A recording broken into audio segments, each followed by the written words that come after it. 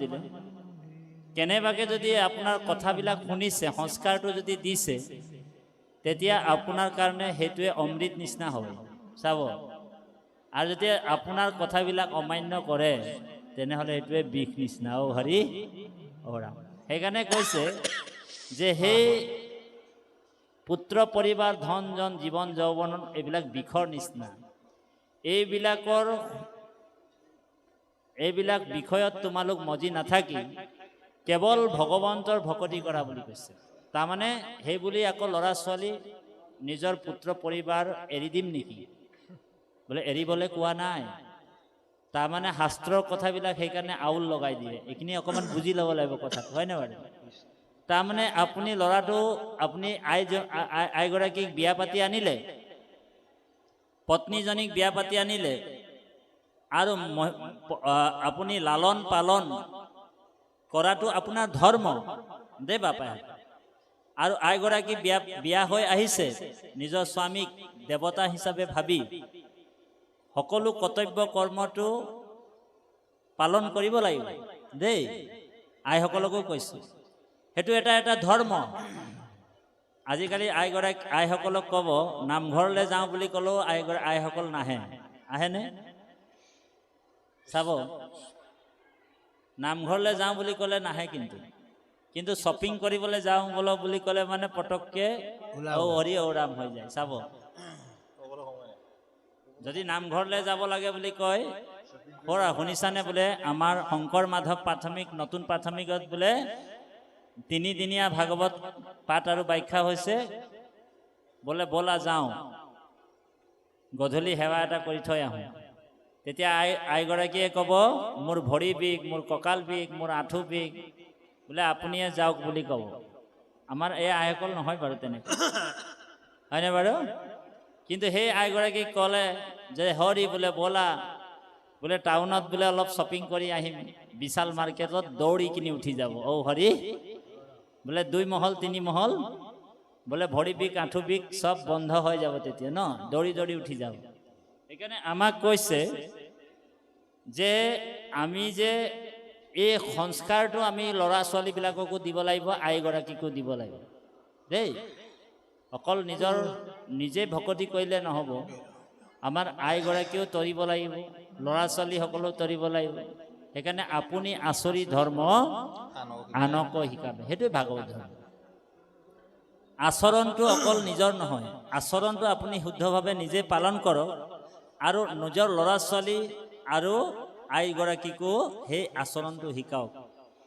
আপুনি যেতিয়া গুৰুগৃহলৈ সোমাব, তেতিয়া ল'ৰাটোকো ছোৱালীজনীকো গুৰুগৃহলৈ সোমাবলৈ লৈ যাব, আৰু তাত প্ৰাৰ্থনা যেতিয়া আপুনি ক'ব, সেই প্ৰাৰ্থনাটো যদি ল'ৰা ছোৱালীবিলাকো শিকি যায়, তেতিয়া তেওঁলোকো ডাঙৰ মানুহ যদিও হৈ যায়, বোলে ধনী মানুহ হৈ যায়, বাহিৰত যদি চাকৰিও কৰে, তেতিয়া এই আদৰ্শটো, মাক বাপেকৰ আদৰ্শটো, সংস্কাৰটো তেওঁ পাহৰি যাবনে?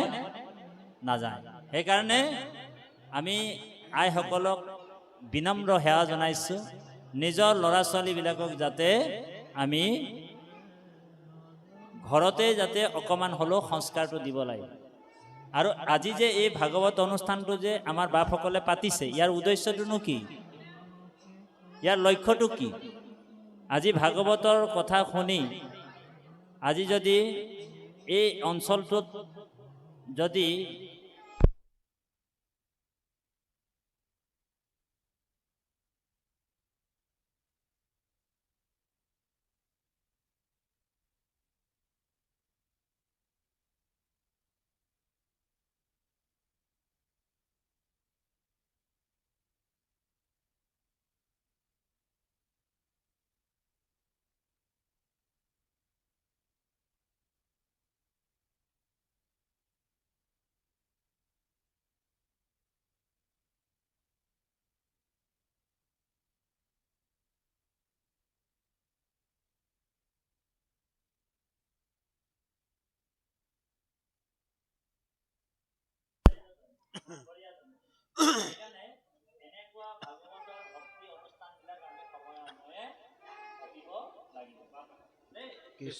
তাৰপিছতে আজি আমাৰ যিটো অধ্যায়, এটা বড় সুন্দৰ কথা কৈছে যে ধন জন যত পুত্ৰ পৰিবাৰ ইখব বিখ সমান এতিখনে আছে এটি এহিখনে নাই তাতেক নাটেক মায়া পদ্মপত্ৰ জল জীৱন চঞ্চল অথিৰ মনুষ্য কায়া। গতিকে এই দেহাটো বেছি দিনীয়া দেহা নহয় দেই। বহুতে ভাবে মই বহুত দিনলৈকে জীয়াই থাকিম। এই দেহাটো বেছি সময়ৰ দেহা নহয় বুলি কৈছে। সেইকাৰণে আমাৰ কয় নহয় যে যে আজি আছে কালি নাই খে, আজি আছে কালি নাই, বোলে বাঁচি ভাতের আশ্রা নাই, বাঁহী ভাতৰ আশা কৰিব নালাগে, হয়নে বাৰু? বাঁহী ভাতৰ আশা কৰিব নালাগে। ঠিক এই দেহাটোৰ ভৰসা নাই। সেইকাৰণে জুবিন গাৰ্গো গান গাইছে, দেহাৰ ভৰসা নাই, কি বুলি ক'লে? শুনিছানে নাই? দেহাৰ ভৰসা নাই। তেওঁ বুজি পালে যে সঁচাকৈ দেহাৰ ভৰসা নাই বুলি কৈছে। আৰু এই দেহাটোৰ আজি আছে কালি নাথাকিব পাৰে, কচুপাতৰ পানী বুলি কৈছে, জীৱন চঞ্চল বুলি কৈছে। ইয়াৰ ওপৰতে এটা কাহিনী কম। সেইকাৰণে কাল নামৰ অজগৰ কাক কোনদিনাখন কেনেকে সময়ত কোনটো সময়ত হৰি অৰাম কৰিব কোনো হিচাপ নাই বুলি কৈছে, হয়নে বাৰু? হাতে বাটে ঘাটে কৈত যাইব প্ৰাণ, কোনো নাজানে। মই ইয়াৰ পৰা ঘূৰি যাওঁতে মই কি হ'ম কোনো জানেনে? কোনো লিখি দিব পাৰেনে? সেইকাৰণে বৰ গুৰুত্বপূৰ্ণ কথা, ধ্যান দি শুনিব।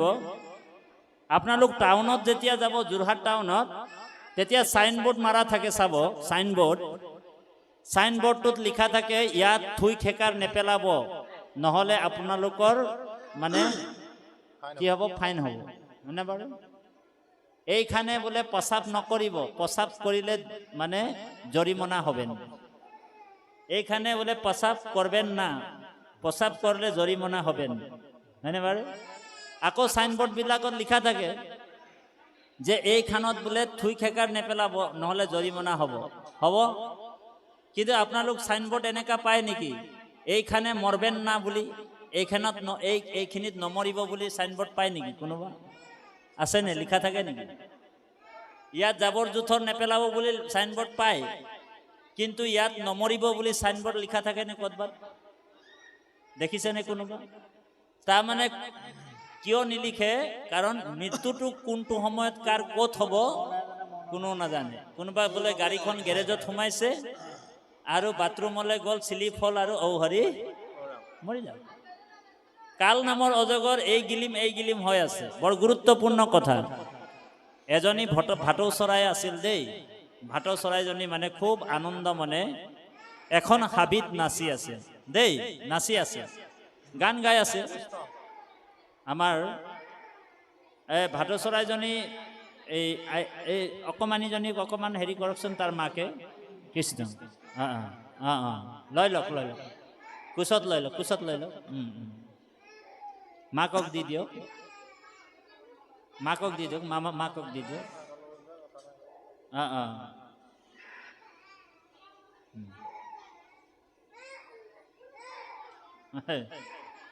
তাৰপিছত ভাটৌ চৰাইজনী মানে নাচি বাগি আছে, আনন্দ কৰি আছে দেই। ভাটৌ চৰাইজনী কি হ'ল, নাচি থাকোঁতে হাবিখনত সেই বাটেদি মানে যমৰজা আহি আছিল দেই। যমৰজাজনে মানে ভাটৌ চৰাইজনীক চাই কিনি মিচিককে হাঁহি এটা মাৰি দিলে দেই। তেতিয়া ভাটৌ চৰাইজনীৰ মানে অন্তৰত দুখ পাই গ'ল। তাৰ মানে জীৱটো ধপ ধপাবলৈ লাগি গ'ল যে আজি আৰু নচা বন্ধ হৈ গ'ল। তেওঁ মানে নৃত্য কৰি আছিলে, গাই আছিলে, নৃত্য কৰি আছিলে, গান গোৱাও বন্ধ হৈ গ'ল, নাচাও বন্ধ হৈ গ'ল। যমৰজাই যেতিয়া হাঁহিছে গম পাই গ'ল যে কিবা এটা নহ'লে কিবা এটা, আজি মোৰ কিবা এটা হ'ব, মৰিম। এই ভাৱনাটো আপোনাৰ মোৰো আহে, চাব কেতিয়াবা। প্ৰেছাৰ বেমাৰ উঠিলেও আহে, হয়নে বাৰু? যেন মই আজিয়ে মৰি যাম এনেকা লাগে, চাব। কিবা এটা বেমাৰ হ'ল, কিবা এটা বিপদ আহিলেও তেনেকা হয়। তো ভাটৌ চৰাইজনীও ভাবিলে মই চাগে আজি মৰি যাম, সেই বুলি তেওঁ মানে কান্দিছে যে যমৰজাই যেতিয়া মোৰ ফালে চাইছে, জৰুৰ মোৰ আজি কিবা এটা অঘটন হ'ব, সেই বুলি কান্দি থাকোঁ।